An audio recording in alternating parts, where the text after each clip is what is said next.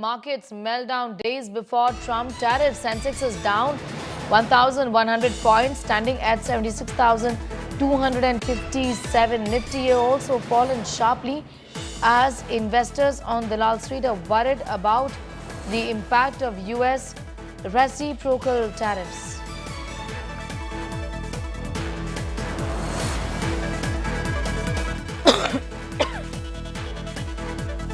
Sensex Nifty dropping as US tariffs trigger market jitters.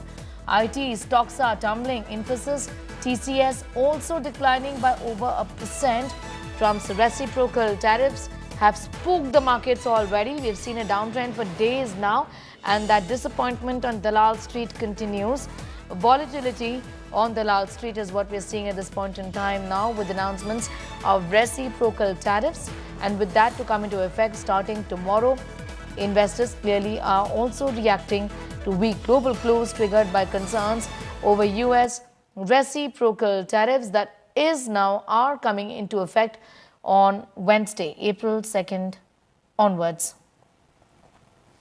IT stocks, we understand, have been worst hit due to concerns over US reciprocal tariffs. Nifty has been down as well. Shares of Infosys, Tata Consultancies also falling more than 1%. The volatility aligns with expectations, though, amid uncertainty over the impact of Donald Trump's reciprocal tariffs on the domestic economy and global trade. Remember, India and US are negotiating a trade deal to minimize the impact, but no final agreement has been reached just yet. Talks are progressing. Nations are nearing a favorable deal. The absence of an official announcement on the conclusion of the trade talks has left traders, particularly retail investors, anxious about how Dalal Street will react once the reciprocal tariffs take effect.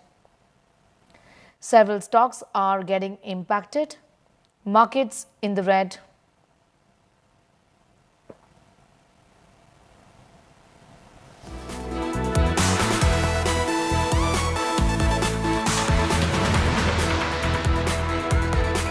I'm going straight across to Sakshi Batra, my colleague from Business Today. They're getting in more details on that story. Sakshi, but expected just a day before the reciprocal tariffs come into effect, the markets are completely spooked out.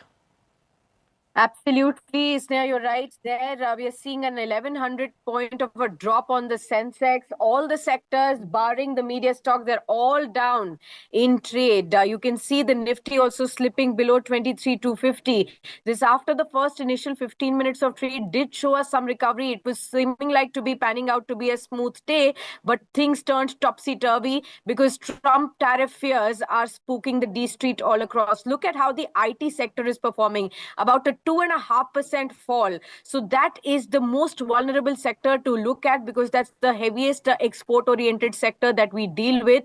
And that is clearly reflecting the kind of fears that Trump tariffs could raise for the export-oriented sectors like IT, pharma, auto, for instance. There have already been indications that Trump is not going to go with any exceptions so far, even though India and the US have talked about a bilateral trade going forward this year. But none of the countries between the two have indicated any exceptions whatsoever when it comes to the Trump tariffs.